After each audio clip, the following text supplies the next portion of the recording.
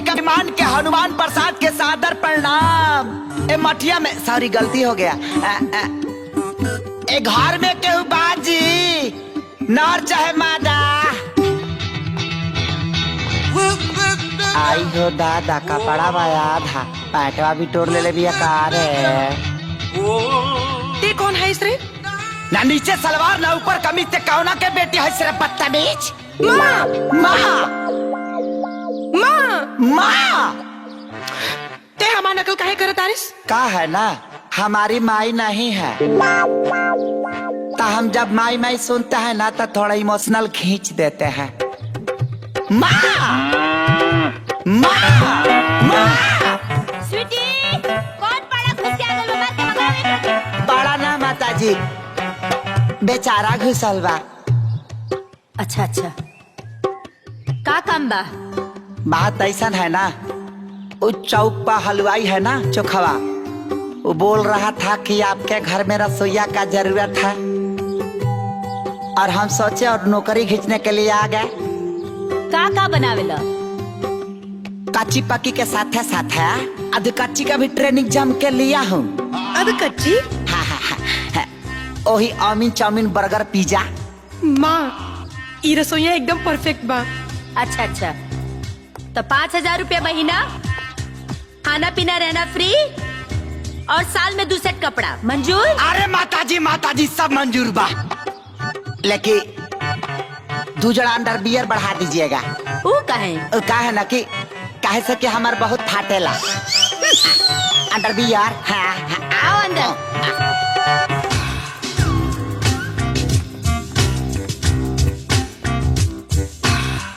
अरे बाप रे बाप ई घर हकी जम फाड़ रे। तारा माँ घर में खोनती उनती बा? वो कहे के? सोचा था नहीं ना कि यही बीचे में खोन खान के चूल्हा चौकी यही जी डाल दी। चुप। खाना बनाए खातिर किचन बा। चिकन बा।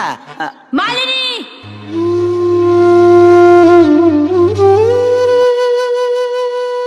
दिन भर मुआला बाप के फोटे के साथ तेऊ मुआत रहे का है नहीं? आओ।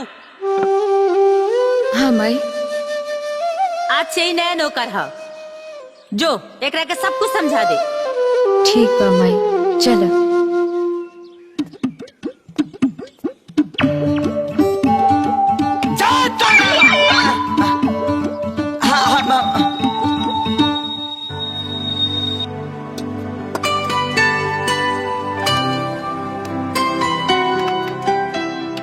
अरे साला इतना छोटा किचन एले निमल तो हौले रहल हा लेकिन तारा में से कहनी तो बतिये न मल्ली है। खैर कौनो बात ना। ए सुना ओबामा के जाने लू? उका हमार मौसी के बेटा हवन जे हम जानी। तो जान लो वो पाकिस्तान के प्रधानमंत्री हवन। हाँ साला इंडिया में 1500 करोड़ के केहू अपन घर न बनावेला आऊ 1500 करोड़ में अपन किचन बनले बा। हाँ और सुना वही किचनवा में लैट्रिनो बनल बा। खात रही जात रही खात रही जात रही। सुना। हाँ सुनावा। तू अपन काम पे ध्यान दे। हाँ ढेर मत ढीला। तो एगो काम करा ला है अलुआ छीला।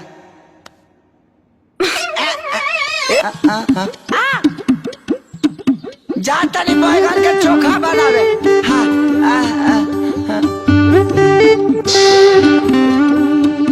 Sweetie Sweety Sweety. अरे मम्मी तू? हाँ आवा बैठा। आज एगो गुड न्यूज बा। का गुड न्यूज बा? एगो एनआरआई बंदा आइल बा जे हर संस्था के डोनेशन देता। अगर हमनियों के मिल जाई ना तो स्कूल वाला बाकी के काम कंप्लीट हो जाए। अच्छा दिखावा था।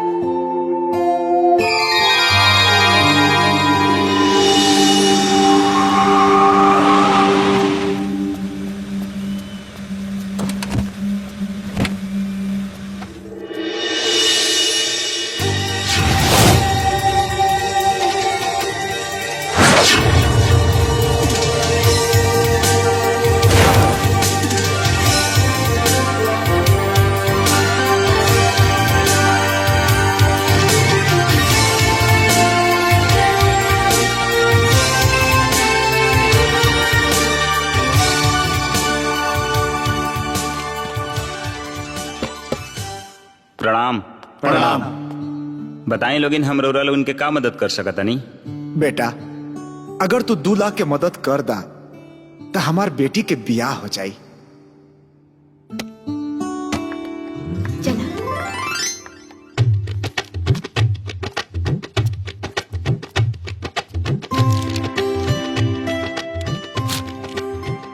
चाचा, ये 5 लाख रुपया के चेक बा। ये पैसा से अपने बेटी के इतना धूमधाम से शादी करी है कि कबू तारा बेटी के तकलीफ ना होके। धन्यवाद। एक्सक्यूज मी सर जी, ये बगल गांव के पंडित जी हम। इनका भोला बाबा के मंदिर बनवावे के बा।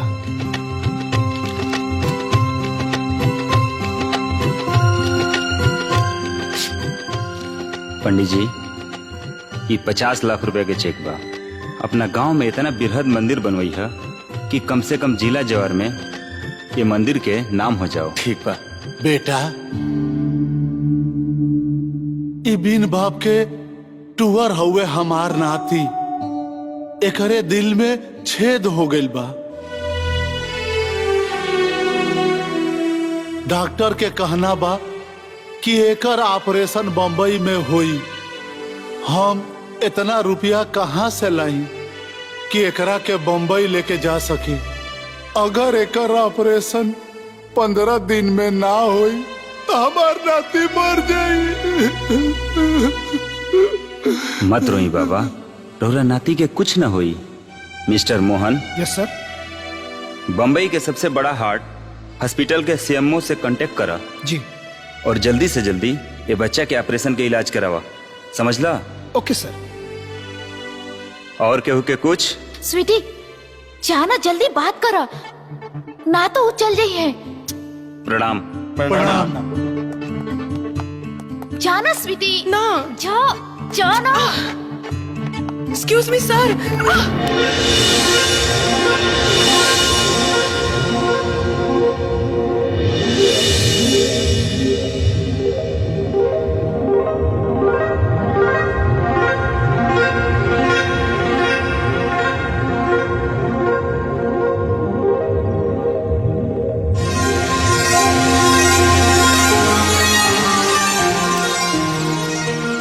सर सर। सॉरी सर। नो प्रॉब्लम। एक्चुअली सर, हमें को स्कूल के कंस्ट्रक्शन करावतानी, जवना के कंप्लीट करे खातिर कुछ फंड कम पड़ गई बा। कितना चाहिए बोली ना? 5, 10, 20, 50? ना ना, इतना ना चाहिए, बस 2 लाख में कंप्लीट हो जाए। अच्छा मोहन बाबू, highly. Cheque book the. Sir,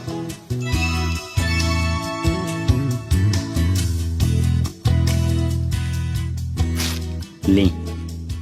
thank you sir. It's okay. Mention note. अच्छा चला तानी संग।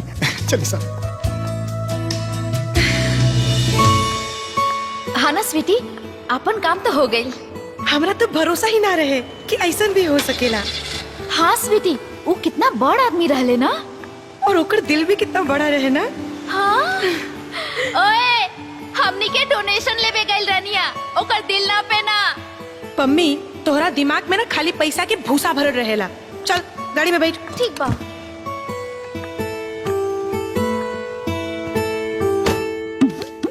अरे माई फेर चूमे चलली प्रमोद बछिना रवना, उकर आल डोलेला, उकर गाल डोलेला, उनकर जो बंध के झूले लेखे सारी बाबुआना।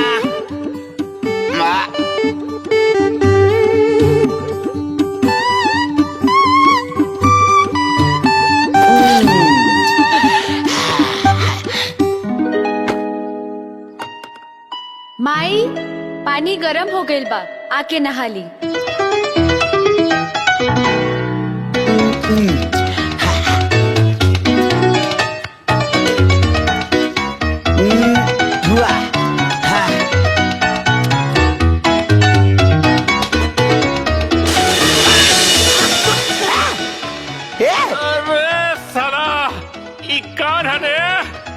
लागत साफ पानी से साफ करे के पड़ी। सवेरे सवेरे कुआं वाला पानी से नहला देलस।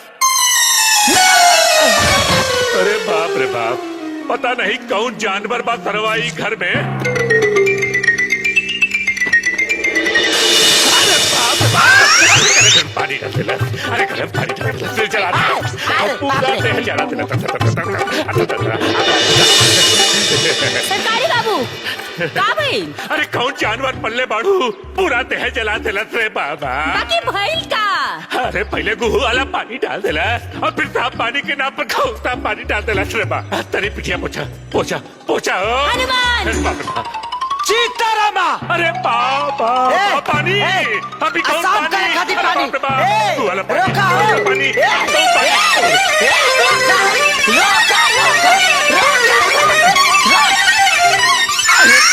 अरे बाप, बड़ी तेज पर आता रे, तनी धीरे धीरे लगा रहे तेल। चुप रहा। पता नहीं कोने भट्टी में जर के अइले हैं, आधा कटोरा तेल का पिछवाड़ा खा गए। तब वो कहता है धीरे कर धीरे कर। अरे तथा देख पहले ही से जरा था दया और जरावत नहीं रहे तेरी। कहाँ से लगा? मारा, यही रहा। कैसन मेहरारू मिलर हरे, अरे अरे बाप रे बाप।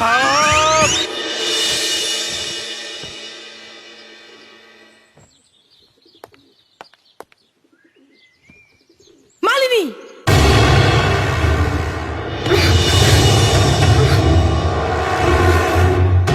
अब का हमार कपड़ा धोवे खातिर नौकरानी रखे के पड़ी? ई काहे छोड़ देलू हा?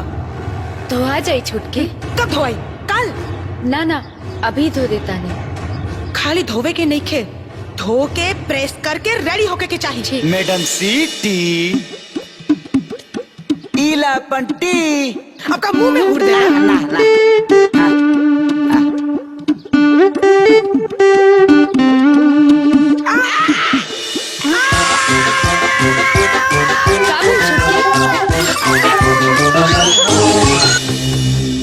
तू चाय में कुछ मिलौले रहला ना? ना ना ना कुछ मिलावले ना रानी है। उजे मुंह से मरचा ले खाली उगला तलिया ना, तो चीनी के बदला में एगो भड़ुआ मरचा डाल देनी है। तू ठीक ना कैला ह। और उ जो तोहरा संग कैली है खाऊ ठीक रहा।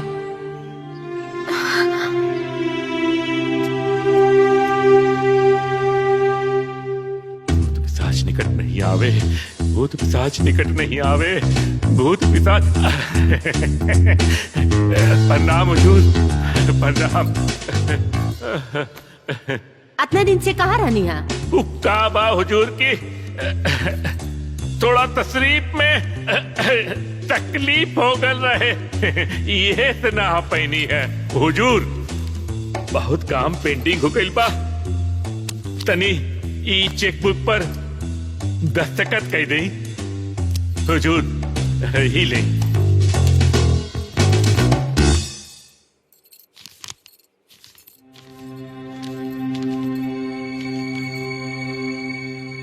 ये तो सारा चेक ब्लैंक बा और पिछला महीने के भी कोनो हिसाब नहीं की देले। का हुजूर हमरा पर भरोसा नहीं के का है?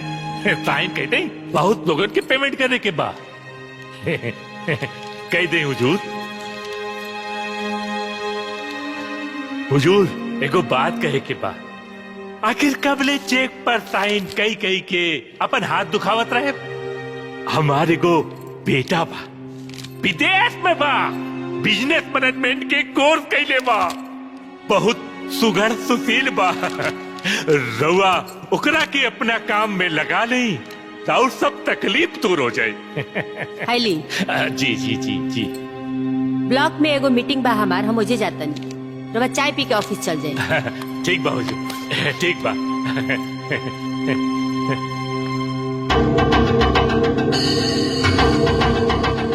ऐसा कोई सगा नहीं जिसको हमने ठगा नहीं।